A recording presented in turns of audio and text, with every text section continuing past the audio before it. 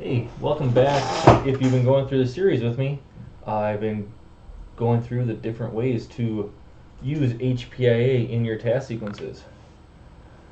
This demo, we're doing a HPIA offline repository where you've already synced, whatever, your your drivers and other content down to a network share. In this, I have a NAS that I will be mapping in the task sequence to H.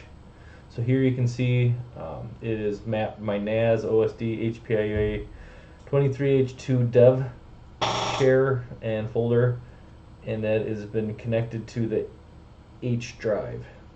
Then in my next step, I'll actually be calling HPIA, and it is then using the /offline mode :H:/ for the H drive.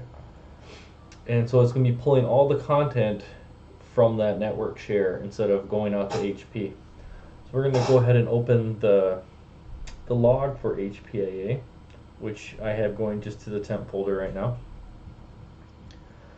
So here you can see that it is using H. It did find the reference file needed in H, which would be for this platform and this operating system. So if you are creating an offline repo and you do not specify the correct operating system, this will run through and be like it can't find the right, it will just say like it's an invalid repo.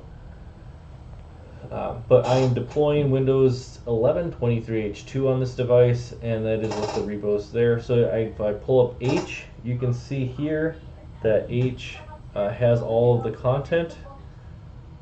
If you look at the blog post that correlates to this video, you can see that there's actually several platforms that are supported underneath this single repo.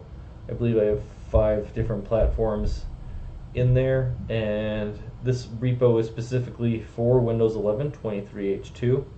You can add other operating systems as well, and so it just all depends on how you want to organize it. Do you want to have a repo per platform, a repo per OS? I would probably go with the OS route and have a specific repo for like Windows 10 22H2, and then if you're still deploying that, and then one for Windows 11 23H2 or whatever flavor of 11 you're currently in deployment of. And then of course I'm a big fan of doing the dev and prod. So once you've done your testing in dev, you can just copy that entire folder to prod, and then when you map, you would map to the prod folder for your production devices, and then as you're testing, you would map back to the dev. Here you can see, if you looked at the other videos, this is the part where it'd be like downloading SP7235 from HP servers. Instead of doing that, it's saying using offline repository as it goes through and checks the hash on those files and copies them to the local temp, and then it goes ahead and installs. So it is a fair bit faster than pulling down, also based upon your network bandwidth. I've got gig backbone here in my lab, so it's pretty fast to pull it from the NAS versus pulling it from the internet, which is much slower for me.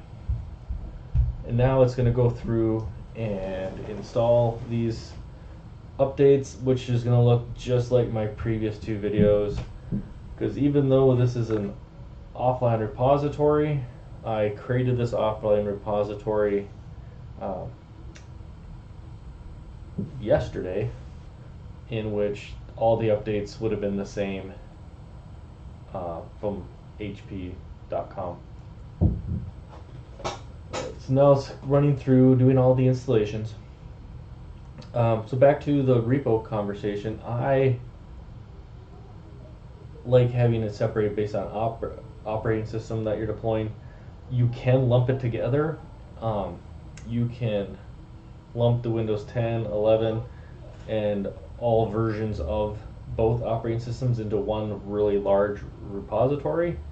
But I would rarely think that anybody is deploying all those different OSs. However, if you're also having devices like in your corporate offices that are on different versions of Windows 11, like you haven't got everybody up to 23H2 and you still have 22H2, I could see where you'd want to sync all those different flavors to the one repo. That way you could have HPIA point at that one repo from every workstation, and you don't have to keep track of it, and it will just work.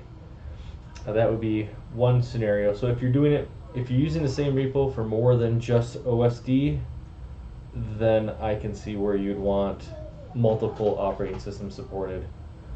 Because in an ideal environment, you'd have everybody at the same level, but we know that's just usually not the way it is. There's usually some intermediary time where you've got a couple different operating systems while you're doing your upgrades. Alright, so we are on the audio, or about 5 minutes ago, we're half done or so.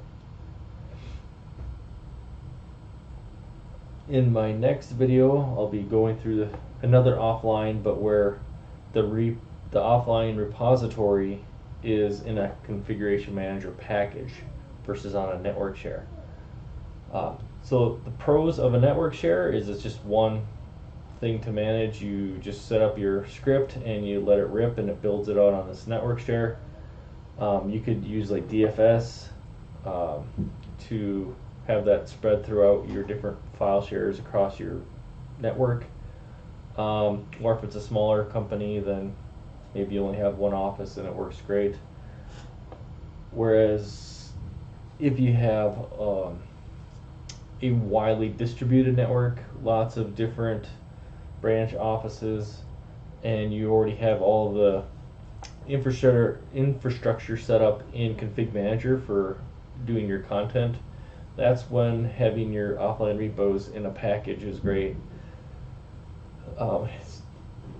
What I typically end up doing in that one is I have a package per platform which supports all the different operating systems, so that during OSD you can run it and it will pull down the CM package into its cache and then run HPIA pointing at that cache and install the updates. And then it's beautiful because that same process would work on already deployed machines, which is why then I also like to have the other operating systems there available. So even though if I'm deploying 23H2, I probably have 22H2 and maybe even some 21H2 out there. Those CM packages will work for all three operating systems. Alright, so now we've got a few more minutes to go. It's on the video, which is probably the biggest one of all. I hope this series has been helpful. Feel free to always leave a comment or catch me on Twitter or in WinAdmin's Discord. I'd be happy to try to answer any questions that I can.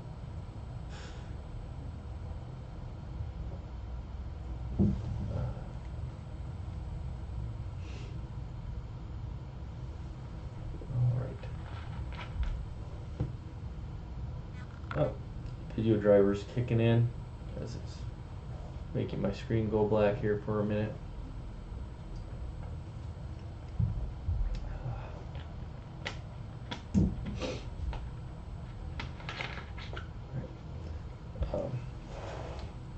So then the blog post also goes over how to make this repo, and it does require that you have HPCMSL, and then you run several command line to build your repo.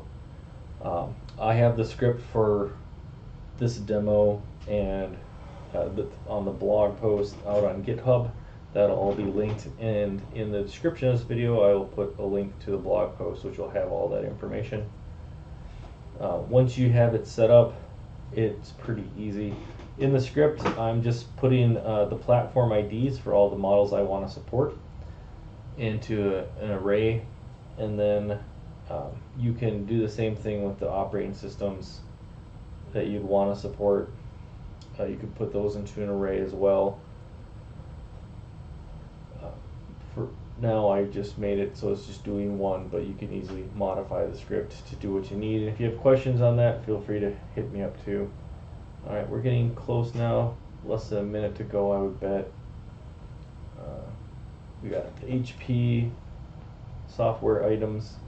Now I know a lot of people don't like to install these because they think it's like bloat, but these do enable additional functionality in the drivers that you wouldn't get otherwise. I would recommend on one of your test machines, basically have the same model up next to each other, do one without and one with, and then you can go in and see what happens. Like the notifications one is, like if you connect the wrong AC adapter, it's going to let you know about that. It's got some other functionality in there too to help make sure that the end user isn't doing anything that's going to hurt your device. Alright, so now you can see it's finished, 3010, requiring a reboot, and we're good to go. Alright, thanks for joining. Catch you later.